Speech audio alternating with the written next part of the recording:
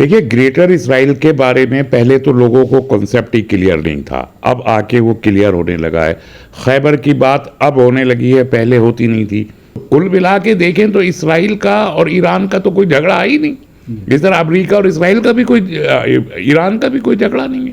اس کے باوجود اگر صرف لڑائی ایران ہی سے ہو رہی ہے تو اس کی وجہ یہی ہے کہ وہ گریٹر اسرائیل کے ذریعے خیبر تک جانا چاہتے ہیں، اور خیبر کو حضرت علی نے فتح کیا تھا، اس لیے ایران اس کو نہیں۔ یہی جھگڑا ایران کا اور ان کا۔ اس جنگ کے شروع سے ہم کہہ رہے ہیں کہ عربوں نے کوئی جوابی کارروائی نہیں کی ہے، اور ایران نے کوئی ایسا حملہ نہیں کیا ہے جس سے عربوں کے مفادات کو نقصان پہنچے۔ ایران گلف سے امریکی بیسس کو ہٹا رہا ہے، اور گلف خاموش ہے۔ اس نے بیانات تو دینے ہی چاہیے تھے، وہ دیے، لیکن کوئی ریٹیلیٹری ایٹیٹیوڈ کسی بھی گلف کنٹری نے نہیں اپنایا۔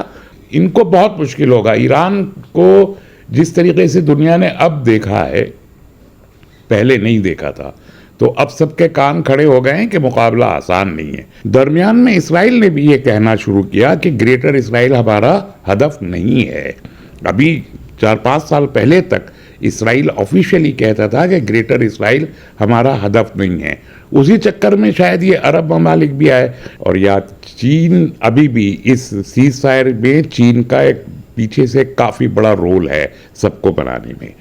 ابھی 3 سال پہلے سعودی عرب اور ایران کے سفارتی تعلقات بحال کرنے میں چین کا رول تھا، چین نے بہت واضح طور پر کیا۔ 40 دن کی جنگ پر اگر نگاہ ڈالی جائے تو ایسا لگتا ہے کہ یہ اب خواب بن گیا ہے اسرائیل کے لیے۔ آسان نہیں ہے، جس طرح سے ایران نے حملے کیے، جس طرح سے وہاں پر میزائل داغے گئے روزانہ، اور بڑی تباہی اسرائیل میں بھی دیکھنے کو آئی۔ یقیناً یہ اب آسان نہیں رہا۔ دیکھیے گریٹر اسرائیل کے بارے میں پہلے تو لوگوں کو کنسیپٹ ہی کلیئر نہیں تھا، اب آ کے وہ کلیئر ہونے لگا ہے۔ خیبر کی بات اب ہونے لگی ہے، پہلے ہوتی نہیں تھی۔ ہم لوگ کہا بھی کرتے تھے، تب لوگ نہیں سمجھتے تھے۔ درمیان میں اسرائیل نے بھی یہ کہنا شروع کیا کہ گریٹر اسرائیل ہمارا ہدف نہیں ہے۔ ابھی 4-5 سال پہلے تک اسرائیل آفیشیلی کہتا تھا کہ گریٹر اسرائیل ہمارا ہدف نہیں ہے۔ اسی چکر میں شاید یہ عرب ممالک بھی آئے، ورنہ گریٹر اسرائیل کے راستے میں تو یہی سب آتے ہیں۔ تو اس لیے جو ابراہیمیکل ایکارڈ کیا تھا، جس میں یو اے ای نے سب سے پہلے کی، اور سعودی عرب کو منانے کی کوشش کر رہے ہیں، ابھی تک نہیں کی، اور ملکوں نے کر لیا ابراہیمیکل ایکارڈ، وہ کیا ہے؟ وہ یہی ہے کہ وہ پیسج دیں ان کو، اسرائیل کو، کہ وہ آگے بڑھیں۔ لیکن اب اس صورتحال، ایران اس صورتحال کو سمجھتا ہے بہت اچھے طریقے سے۔ تو حالانکہ ایران اور اسرائیل کی سرحدیں نہیں ملتی ہیں، نہ ان کے تعلقات میں کوئی تجارتی تعلقات ہیں، نہ کوئی سیاسی انٹر ڈیپینڈنسی ایران اور اسرائیل کے بیچ کچھ بھی نہیں ہے۔ تو کل ملا کے دیکھیں تو اسرائیل کا اور ایران کا تو کوئی جھگڑا ہی نہیں، جس طرح امریکہ اور اسرائیل کا بھی ایران کا بھی کوئی جھگڑا نہیں ہے۔ اس کے باوجود اگر صرف لڑائی ایران ہی سے ہو رہی ہے تو اس کی وجہ یہی ہے کہ وہ گریٹر اسرائیل کے ذریعے خیبر تک جانا چاہتے ہیں، اور خیبر کو حضرت علی نے فتح کیا تھا، اس لیے ایران اس کو نہیں۔ یہی جھگڑا ہے ایران کا اور ان کا، یہ سیاسی اور مذہبی جھگڑا ہے اس بنیاد پر۔ تو ان کو بہت مشکل ہوگا۔ ایران کو جس طریقے سے دنیا نے اب دیکھا ہے، پہلے نہیں دیکھا تھا، تو اب سب کے کان کھڑے ہو گئے ہیں کہ مقابلہ آسان نہیں ہے۔ خاص طور پر خلیجی ممالک کو یہ سمجھنا چاہیے کہ اگر آج ایران یہ جنگ لڑ رہا ہے تو دراصل ڈائریکٹلی اور انڈائریکٹلی تو یہ گلف کنٹریز کے ہی فیور میں ہے، انہی کو سیکیورٹی پرووائڈ کر رہے ہیں۔ اسرائیل کا قبضہ سعودی عرب پہ ہو، یا بحرین پہ، یا یو اے ای پہ، یا جارڈن پہ ہو، اس کو کون روک رہا ہے؟ امریکہ تو نہیں روک رہا، خود اعتراف کر چکے۔ اسی سندرب میں دیکھنے میں یہ آ رہا ہے کہ عرب دیش کہیں نہ کہیں اب تھوڑا نرم پڑ رہے ہیں ایران کو لے کر کے۔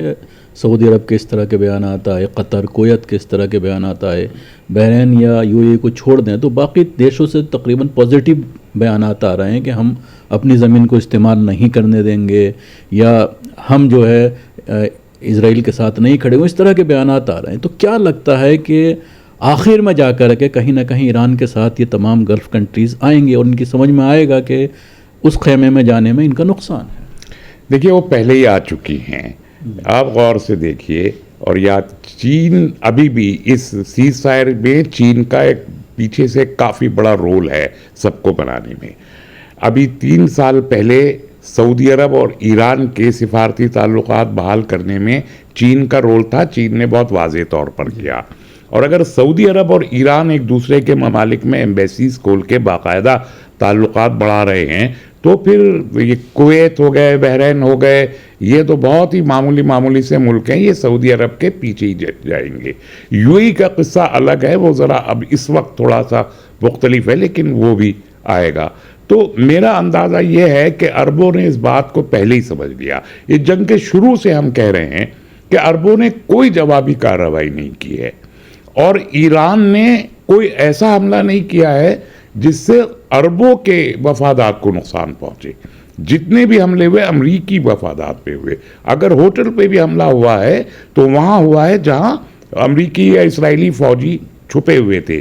آرامکو پہ حملہ ہوا ہے تو آرامکو کا مطلب ہے عرب امریکہ آئل کارپوریشن, آرامکو, تو وہ امریکی اسٹیک اس میں زیادہ ہے, اس لیے وہاں حملہ ہوا. تو بات صاف ظاہر ہے کہ ایران گلف سے امریکی بیسس کو ہٹا رہا ہے, اور گلف خاموش ہے. اس نے بیانات تو دینے ہی چاہیے تھے, وہ دیے, لیکن کوئی ریٹیلیٹری ایٹیٹیوڈ کسی بھی گلف کنٹری نے نہیں اپنایا, اور سب چاہتے ہیں کہ امریکہ بھی یہاں سے چلا جائے. اور میں یہ امید رکھتا ہوں کہ یہ جنگ چاہے اب ختم ہو یا بعد میں ہو, خطے میں سیاسی فورسز کا ایک ری الائنمنٹ, دوبارہ سے ایک نئی مساوات یہاں بننے والی ہے, پرو ایشیا اینٹی امریکہ. تو یہ پورا اب جو ہے جغرافیکل لائن پہ بٹ چکا ہے, اب کوئی زیادہ دیر اس میں نہیں ہے. اس لیے یہاں پر جو لوگ یہ شیعہ سنی اور عرب ایران کرتے ہیں, میرا خیال ہے وہ اس سیاست کو سمجھتے نہیں ہیں. تو اس وقت عالم اسلام اگر متحد ہے تو اسے متحد رہنے دیں. آپ پہلے سیاست سمجھ لیں, اس کے بعد مسلک کی بات کریں. اس اتحاد میں کہیں نہ کہیں ایک چیز روڑا آتی ہے, عربوں کی سلطنت, بادشاہت, اور ایران کا گریٹر ایران کا خواب. دیکھیے, عربوں کی جو سلطنتیں ہیں وہ اب جتنے دن بھی رہیں اتنی رہیں. سلطنتوں کا تو کوئی کنسیپٹ اسلام میں تو ہے نہیں.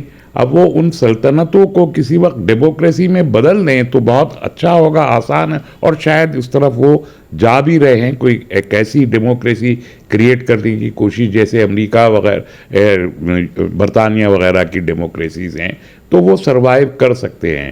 جہاں تک گریٹر ایران کا تعلق ہے تو گریٹر ایران ایک تصور ہو سکتا ہے, اس لیے کہ جو کسرا کی حکومت تھی اس کی سرحدیں تو یہاں ہمارے ہندوستان میں پنجاب اور جے پور تک, جو راجستھان تک ان کی سرحدیں تھیں. وہ پھر سعودی عرب بھی ان کے اس مملکت میں حجاز کا ایک حصہ شامل تھا. تو وہ خواب تو کوئی بھی دیکھ سکتا ہے, اس کا کوئی مسئلہ نہیں ہے, لیکن وہ بن ہی جائے گا اس کے تو کوئی آثار ہیں نہیں, اسے کوئی قبول بھی نہیں کرے گا. اور جو اب ایٹیٹیوڈ ایران کا سامنے آ رہا ہے اتحاد کے سلسلے میں, اس پر زیادہ ہمیں توجہ دینی چاہیے. انہوں نے ایک سنی کو اپنی نیوی کا سربراہ بنایا ہے, اور جگہوں پر بھی وہاں پر وہ ایک اتحاد کا پیغام دینے کی کوشش کر رہے ہیں. خود ہمارے ملک میں جو لوگ ہیں وہ اس جانب بہت توجہ کر رہے ہیں. کہا جا رہا ہے کہ مسجدیں سب کے لیے کھول دی جائیں, کوئی کسی بھی مسلک کا ہو. مسجد تو اللہ کا گھر ہے, جس انداز سے بھی جو جائے, پاک صاحب جا رہا ہے تو نماز پڑھے. تو یہ ایک بات چل رہی ہے. تو اس اتحاد میں مجھے نہیں لگتا کہ گریٹر ایران کا کوئی خاص عملی نقشہ ایران کے پاس سر دست ہوگا. گروپ ہے بھارت میں جو آروپ لگاتا ہے کہ لاکھوں سنیوں کو کٹوایا گیا, شہید کیا گیا, اور اس کے علاوہ کئی طرح کے آروپ لگائے جاتے ہیں. اور اس جنگ میں بھی سب سے بڑا سوال یہ, بہت سوشل میڈیا پر آپ دیکھ رہے ہوں گے کہ وہ مسلمان نہیں ہیں, شیعہ جو ہے خارج الاسلام ہیں, اس طرح کی باتیں. یہ فضول باتیں ہیں, اس کا کوئی علم سے کوئی تعلق نہیں ہے, کسی نے فتویٰ نہیں دیا ہے, کوئی اجماع نہیں ہے. جیسے احمدیوں کے بارے میں ایک اجماع ہے, یا جیسے علویوں کے بارے میں اجماع ہے کہ وہ خارج اسلام ہے, ایسا شیعوں کے بارے میں کچھ ہے نہیں. تو یہ غلط بات ہے. جہاں تک سنیوں کو مروانے کا تعلق ہے, ابھی 1 لاکھ کے قریب غزہ میں جو شہید ہوئے ہیں وہ کیا ایران نے مارے ہیں یا وہ شیعہ تھے؟ وہ بھی تو سنی تھے. 1 لاکھ شہید ہو گئے, عورتیں, بچے, جوان.